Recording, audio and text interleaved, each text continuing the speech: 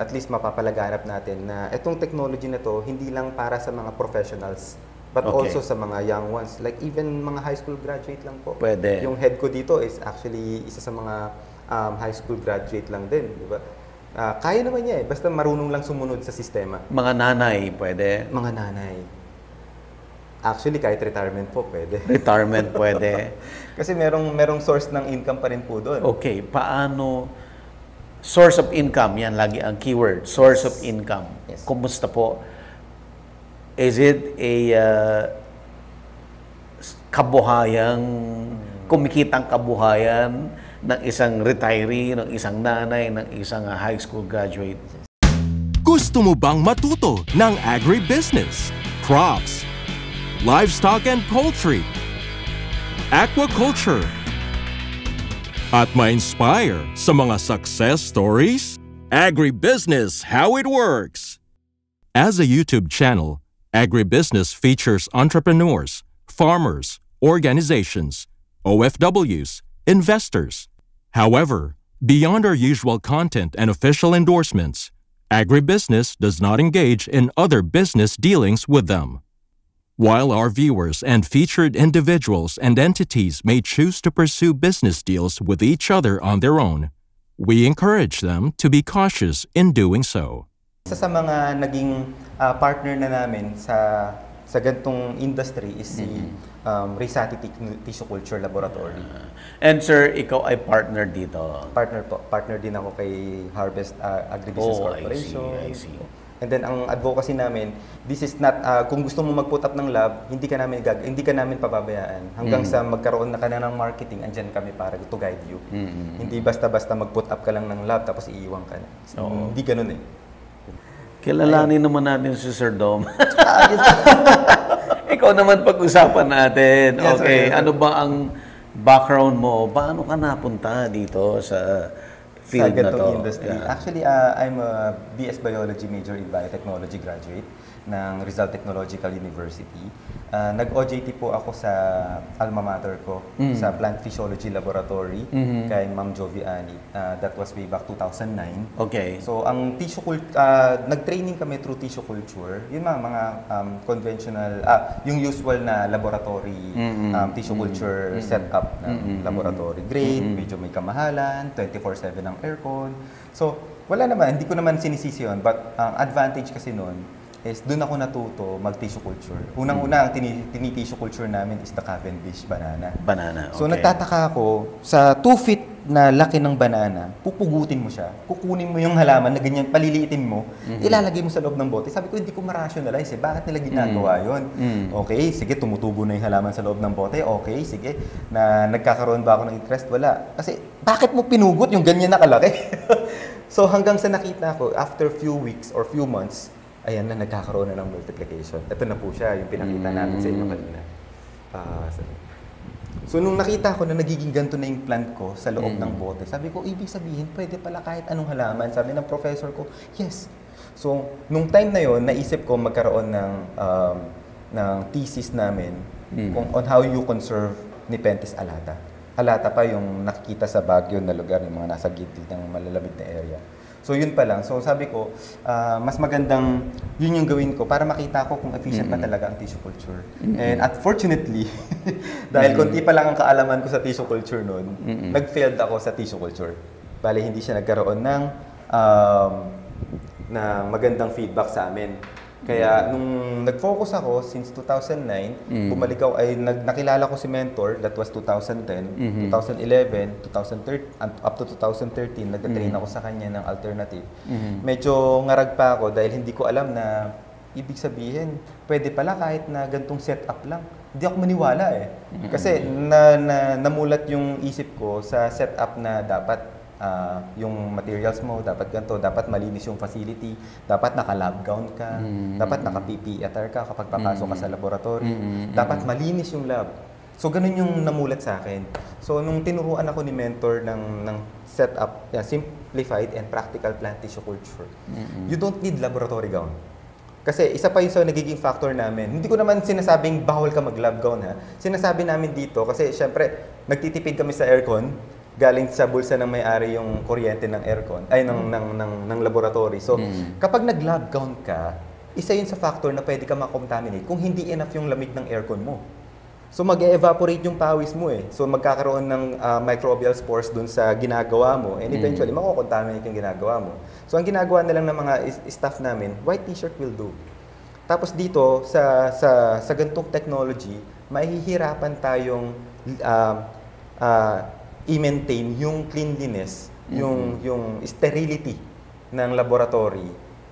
Medyo may kamahalan pa yon. Kaya ang ginawa na lang namin, protektahan mo yung mga bote lang.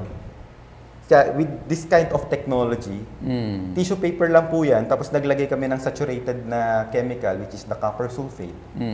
Yun na yung pinampintura namin. Yun na yung nagiging protection namin. Kaya kahit tayo, wala tayong lab gown, wala tayong... Pwede ka na pumasok dito. Pasok, labas ka lang, okay na sa amin yan. And the result still the same, wala ka namang contamination. So at least mapapababa namin yung cost namin. Wow. So hanggang sa natuto din ako kay mentor, mag-tissue culture ng different crops dahil hinire ako ni Del Monte way back 2015 sa Botanical Garden Project ni Sir Butch Campos. Shout out po. Yun naman po, ang train naman sa akin ni mentor, dapat alam mo lahat ng mga crops para hindi mo lang masabi na hanggang dito ka lang sa crop na to, hanggang sa agricultural side ka lang. Dapat ornamental plants din, alam mo. So, kaya mas lumawak po yung idea and knowledge namin kung paano kami magti-tissue culture or magpo-propagate ng halaman successfully dun sa loob ng bote. Sa kahit anong klase ng halaman. So, kailan at bakit ka nag-decide na ito na ang career mo? Nung time na nakita ko, sir, dun pa lang sa professor ko, na ito pa lang yung, na dumadami yung halaman sa loob ng bote. Doon ako nagkaroon ng interest. Gusto ko itong gawin. Gusto ko maghanap ng work na ganito. Pero unfortunately, that was 2013, wala akong mahanap na employment na ganito yung trabaho. Lalo na sa Maynila. Siyempre, hindi pa alam yung gantong technology. So, nung nakita ko nag-meet kami ni mentor, tinruan niya lang ako, and then suddenly, hinire ako ni Del Monte sa Botanical Garden Project. So, yun, dream come true yan, sir. Yun pa lang, dun ako natuwa. And then sabi ko, nung nagkaroon ng health issue si mentor, ang sabi ko, ako na magpapatuloy ng advocacy niya. Bukod sa, yung advocacy niya medyo mabigat, yung responsibility, pero yung gusto ko, na yung drive ko talaga na maipalaganap yung gantong technology, it's actually, yun yung love ko eh. Yun yung magiging passion ko. Yun yung magta-drive sa akin eventually. Kaya ito po. Ito yung proof na sa gantong simple setup, farmer level setup, kaya mong mag-produce ng mga halaman na kahit anong gusto mo. So all in all, ilang years ka na sa tissue culture? Since 2009 po. Bale, almost more than a decade. More than a decade. More than a decade. Kumusta yung more than a decade mo? So far, nung una, sir, syempre mahirap nung Okay. nagsisimula dahil tulad ng nabanggit ko kanina, ang hirap maghanap ng gantong work sa industry ng tissue culture. Pero ngayon, kami na mismo nag-uudyok na maghanap tayo ng mga workers, turuan natin yung mga workers kasi sa gantong technology, it's very promising in terms of the results eh. So kaya ngayon, ito pa lang po yung kahit papano na nag-harvest na ako kung ano po yung tinanim namin ni mentor before. Masasabi mo na dito ka na, mag-stick ka na dito. Ito na ang buhay mo. Dito na talaga yung magiging buhay ko. Ito na. Bukod sa I love plants, I love this kind of advocacy kasi marami ako matutulungan eh.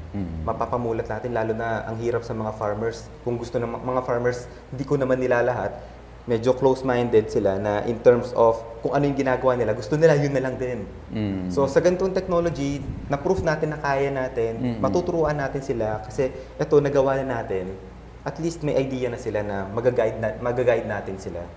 So it's revolutionary. Okay, yung advocacy is tanggalin doon sa impression na ang laboratory tissue culture ay para lang sa mamahalin, high-tech, sophisticated, ganyan, no? At pwede sa improvise, which is naipakita ninyo. And yung bang mga farmer na gusto nyong mag-adapt nito, sino sila? Housewife ba yan? Or ano yung ginagawa nila presently para makita nila na ito ay opportunity? Okay. Tulad ng mga nagpa-farming po ngayon, lalo na yung mga nagtatanim sa mga field, no? Pwede natin silang hikayatin din po na mag-conduct ng ganitong technology. Kung hindi sila hindi masyadong malakas pa ang loob nila para mag-set up kasi gusto nila 100% sure sila bago sila mag-dive in sa ganitong technology. So nandito po kami, si Risati and mga other partners natin na mayroong laboratory para turuan sila. So sa ganun, at least mapapalaganap natin na itong technology na to hindi lang para sa mga professionals but also sa mga young ones. Like even mga high school graduate lang po. Pwede. Yung head ko dito is actually isa sa mga high school graduate lang din, di ba? Kaya naman niya basta marunong lang sumunod sa sistema. Mga nanay, pwede? Mga nanay. Actually, kahit retirement po, pwede. Retirement, pwede. Kasi merong source ng income pa rin po doon. Okay, paano? Source of income, yan lagi ang keyword. Source of income. Yes. Kumusta po? Is it a kumikitang kabuhayan ng isang retiree, ng isang nanay, ng isang high school graduate? Yes. Masasabi ko sa una talaga, mag-start ka talaga sa for investment. No? Kasi depende yan kung gaano kadami yung halaman na ilalagay mo sa loob ng bote. And then, kahit anong gusto nating pabilisin siya, kung ganun lang siya kabilis, yung bilis naman yan, hindi lang 1:1 yung dami eh. So, magmumultiply yan eventually. So, ang advantage niyan, sa una, yes, mag-i-invest tayo. Then, after a year, marami na. Then, once na maparami na natin yung plants, pwede na tayo either magbenta ng mga nasa flask pa lang, may yan mga tumakakilid pa lang. Pwede na. Yes po. Lalo na as tissue culturist, ako, halimbawa, bibili ako niyan. Kapag bumili ako niyan, kaya kong i-clone yan eh. Mas prefer ko to, ito na lang. Pero may mga iba naman na hindi alam yung tissue culture. So, ang binibili nila mga seedlings. So, yung mga seedlings na inilalabas natin, yun, depende pa po sa laki yun. Ay, sa size ng plant. So, habang lumalaki yung plant, medyo tumataas din yung presyo niyan. So, at least nagkakaroon ng income. So, kung isang nanay, okay, sabi mo, at least kahit papano at start, it needs investment. Yes, po. Sa isang nanay lang sa backyard niya or sa isang kwarto sa bahay niya na unutilized, gaano kalaki ang kailangan niyang puhunan? Okay. I-share ko lang po sa inyo, Sir Buddy, no, saka sa mga manonood natin na I set up a laboratory dun sa kwarto ko, dun sa Mandaluyong, sa condominium namin. And a very simple laboratory, nasa 15 square meters lang po. Okay. And then, ang ginagamit kong materials lang po dyan, yung pinakita natin ng mga transfer cases kanina.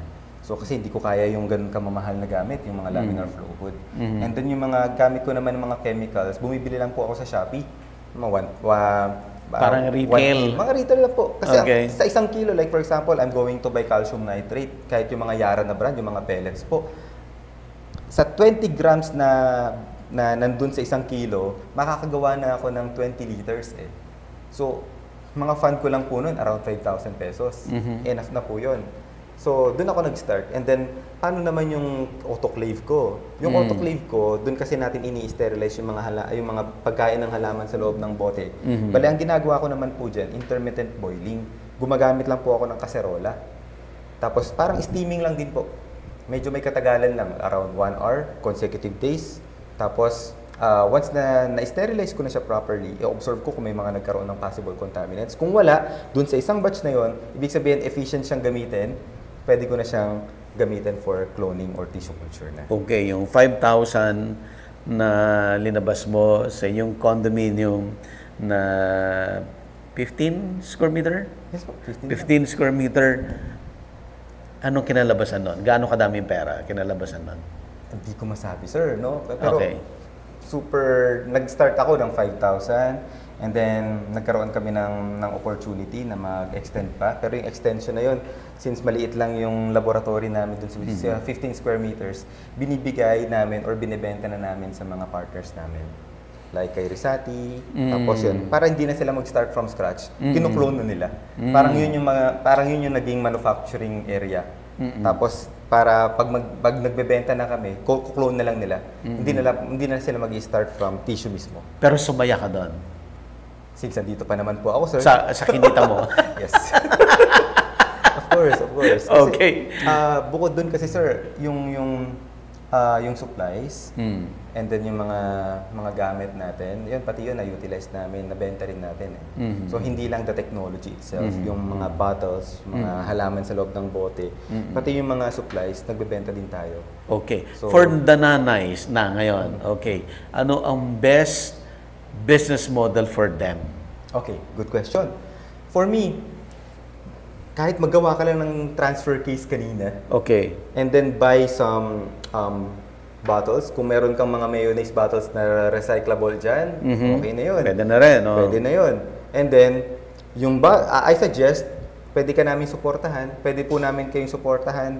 Kung kailangan nyo po ng mga planting material or mother flask, pwede po kami magbenta sa mababang halaga. Okay. And then, from here, kahit anong klaseng halaman dyan na nakikita nyo po ngayon, i-chop-chop nyo lang yan. And then eventually, marami na kayong outputs.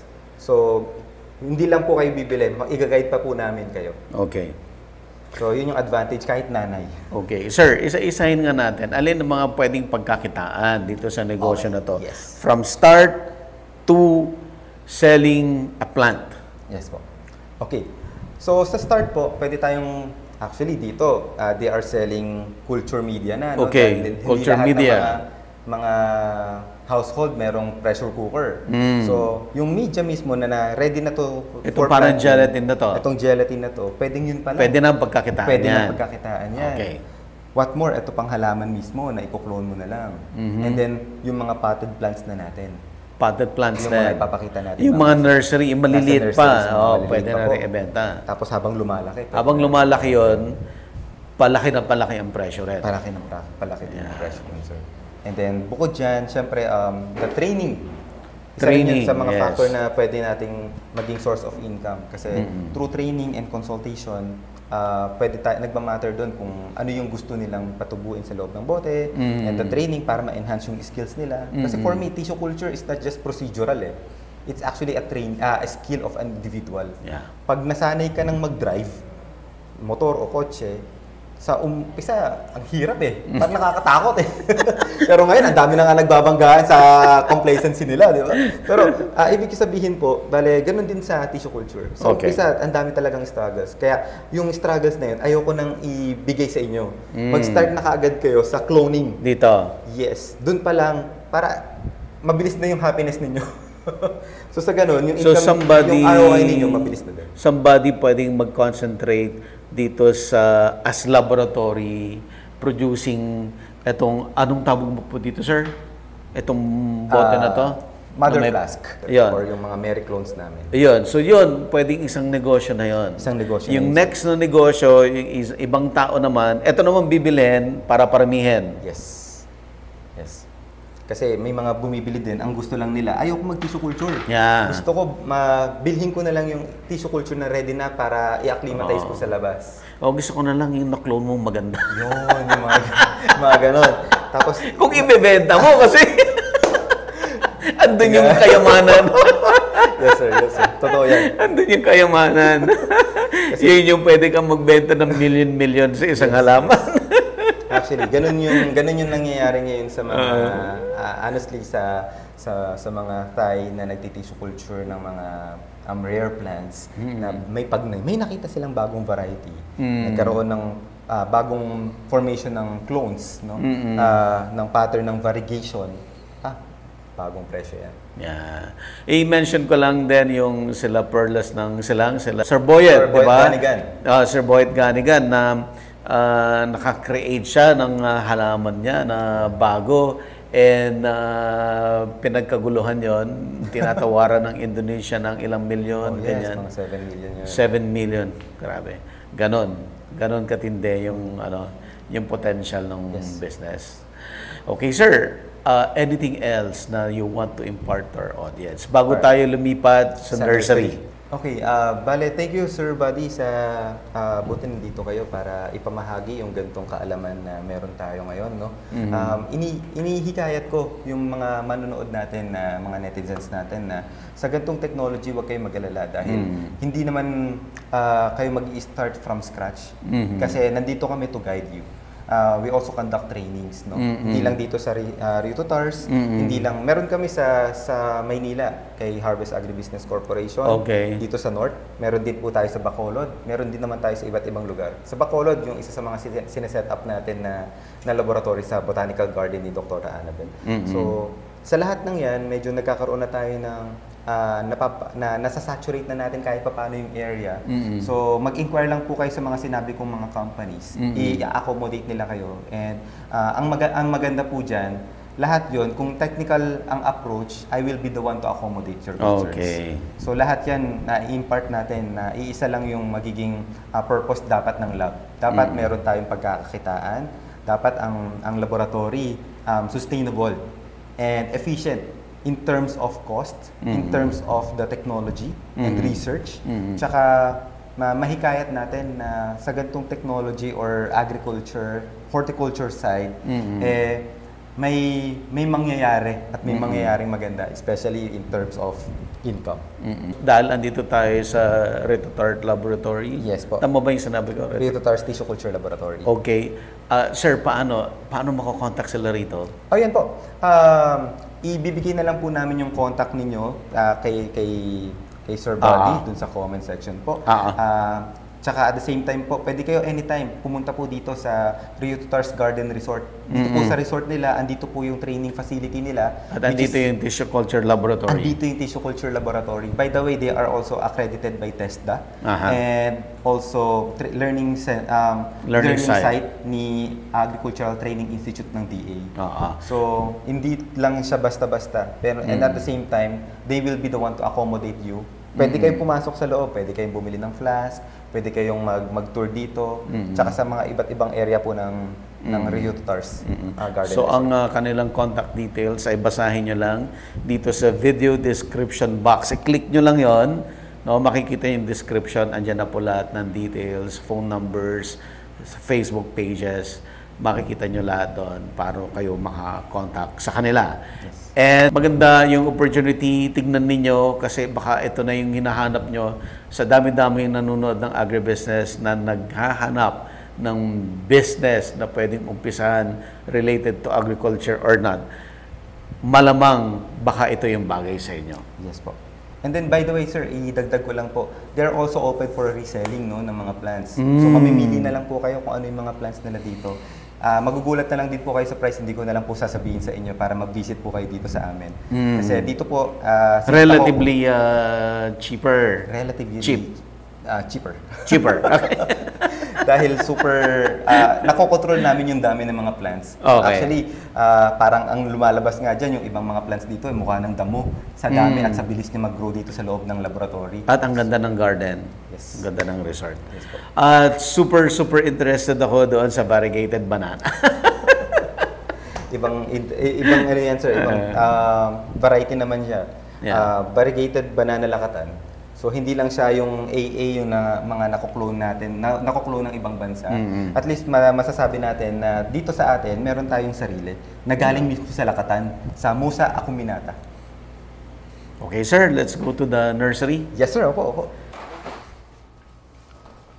Ayan sir. Bale, ito napupuno yan kapag rainy season sir eh. Since palapit na yung rainy season namin, nag-start na po kami mag-acclimatize ulit. So mapapansin niyo yung mga ibang ina-acclimatize namin, ayan, nagtatribe pa rin naman po. Pakunti-kunti kasi selections na po yung kinukuha namin dyan. Yung mga nagtatribe, yung mga lumalaki at nagkakaroon ng possible changes dun sa mga halaman, ina-isolate na po namin yan. Ibig sabihin may mga suspected mutated plants na kami. Wow. Ilang percent po yung from the inside, the laboratory going to the acclimatation? Ilang percent ang survival? Good question, sir. Usually, mga survival namin kapag ganito kainit, mga nasa 5%. Medyo mataas yun for me. Pero usually, mataas yung 5%? Ang advantage... Yes, sir. Oh, wow. Grabe. Pero mas mataas kapag sa laboratory. Usually, kapag tag-ulan, pumapalo kami ng 5 to 10%. Medyo mataas na yun. Kasi syempre, yung contamination, may cost pa rin yun eh.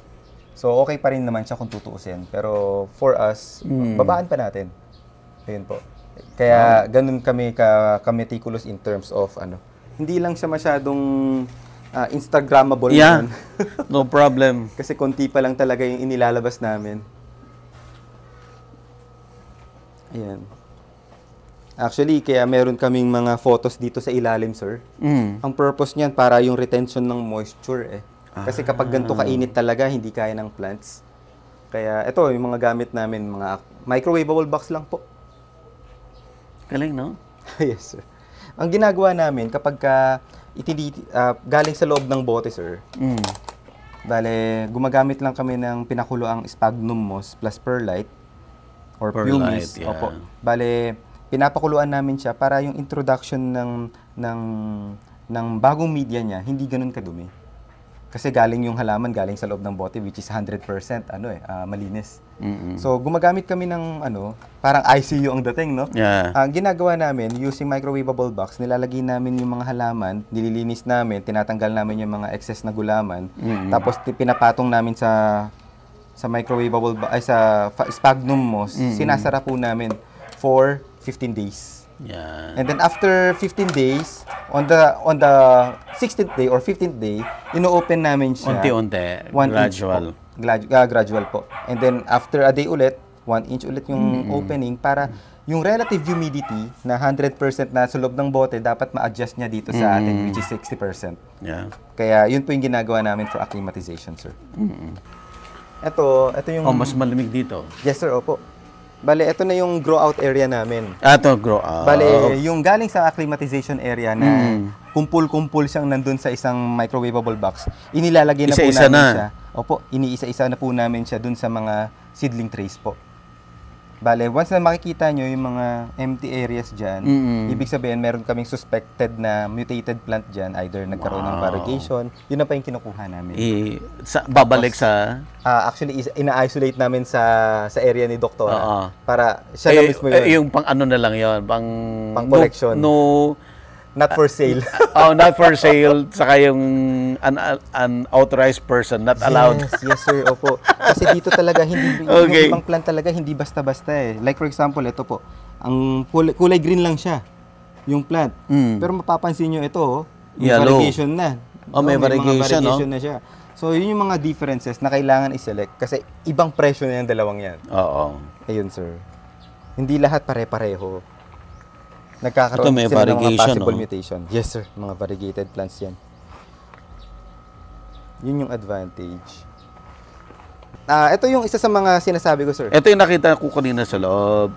Grabe! Diba? Iba siya dito sa plant na to. So, makikita mo ito, walang variegation. Pero ito, grabe yung variegation niya. Super mahal na to. Iba na po presyo niyan. Wow. So, ganyan yung factor ng selections namin ng mga ornamental plants. Kasi yung iba talaga, may possible mutation sa loob ng bote, pero mababa. Pero yung mababa na yun, around 1% or 0.1%. Pero meron sa meron.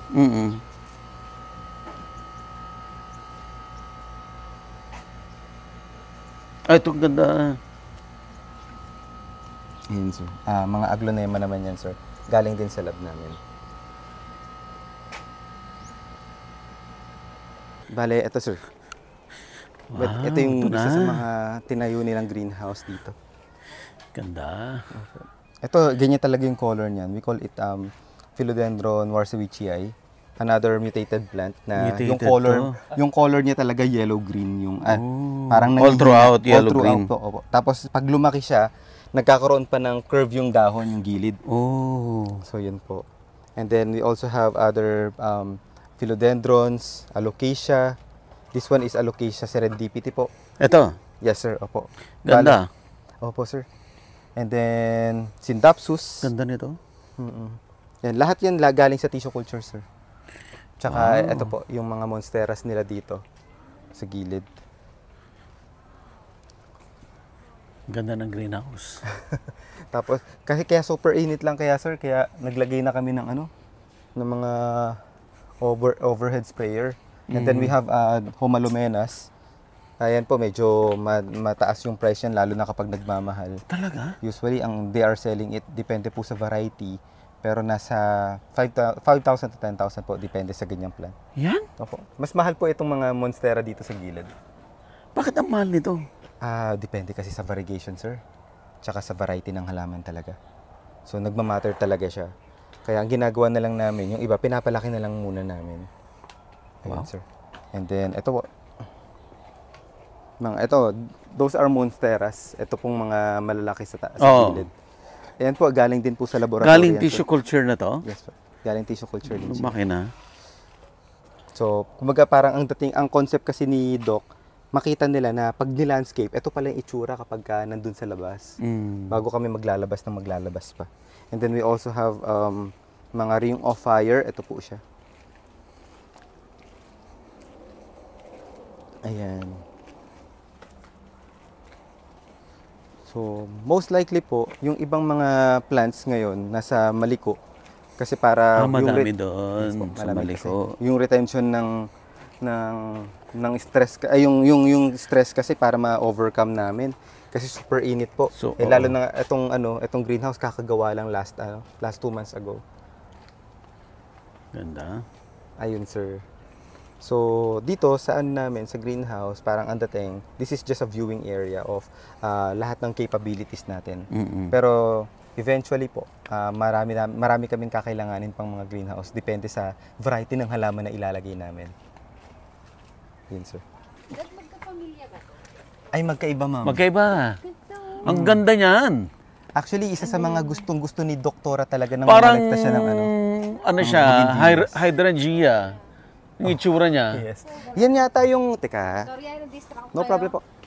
May I'm scent not to? sure kung ito yung may scent or yung sa kabila po. Wow, Wala. kaganda naman. Ibang variety ng bougainvillea naman siya. Kaganda naman ito. Bougainvillea din po. Bumbilya. Ayun, ang kaganda. Yes. Meron Parang siyang hydrangea scented ng itsura. na parang hydrangea po. Yan talaga yung pinakahilig ni Doktora before. Oh, I see. Kaya isa siya sa mga maraming collections ng bougainvillea. Puno yung nandiyan. Yes po. Gusto ko yan. Sa dami, Hingi tayo kay Dra. sa dami ng bougainvillea na nakita ko, Di ba? nagustuhan ko yan. Instant. Unang tingin. Talaga. Kakaiba, no? Kakaiba. Contestants ng Mr. Pangasinan. Daming candidate, no? Hinihintay na lang tayo dun, sir. Na-eliminate na tayo. Hindi na tayo nakakit sa stage. Pwede to rin. Sino? Picture na nga dito. Hindi. Siya yung magka-crown dun sa winner. Can we see the, meron ka bang naka-landscape na nanggaling sa nursery, sa laboratory? Wala pa. Sir, wala kayong wala ganun. pa. Ayun, actually, Nandun. mayroon pala kaming cut and clone garden hub. So, yung cut and clone garden hub, lahat ng mga binibenta mga potted plants, nandun na po. Sa Tayog Family Hospital. So, Punta natin. Kung kaya Punta niyo natin. pong mapuntahan. Malapit lang po dito, siguro mga 40 minutes away po. Oh. At least After makita lunch. niyo rin po yung hospital ni Dra. After na lunch. Na parang hindi hospital. Parang hindi hospital. Sabi nga ng pinsan ko na doctor, na-confine daw siya doon para doon hindi hospital. Ang ganda. Ang concept nila, wag mo ipa-feel na nasa hospital sila. Kasi yun din first time na nakita ko yung hospital. Mukha siyang garden eh. Tapos naka-confine ka doon. Ayun po. Tapos Sige yung- po, puntahan natin siya. Sige, Kasi sige, application yan eh. Yes, From the, yes, opo. para makompleto natin yung, Kompleto natin. Eustachius Alfresco. Wala lang si Sir Hubert, yung chef na anak nila Pastor ni Ladra. ni Ma'am, ni Doc. Opo, pero siya po si Chef Chris. Siya po yung nag-guide kay Chef Hubert. Tsaka siya yung gumawa nitong... Parang collaboration kami ni Chef Hubert. Okay. Chef, ikwento mo naman itong pagkain natin ngayon. Saglit lang, game. Ito yung bestseller talaga na. Since na nag-start ako sa culinary, nakilala sa culinary, itong dish na ito yung isang nakilala talaga na, Ano ang twist dito? Texas barbecue inspired. American. Wow. Pero local po. Local na yung panlasa para sa Pilipinas. Wow. At itong isa, Ito po twist ng Twist to. Kare-kare. Kare-kare na may tempura. Yan. pero ang tempura Instead mo, of vegetable. Apo, vegetable tempura. All fried po. Yan. And galing lahat fresh from the farm. So dalo po kayo dito, maganda yung garden, marami kayong matututunan, masarap ang pagkain. Chef, Bakit thank po you. yan? Thank you po. Yung parang garden. Hindi nga siya makakasunda.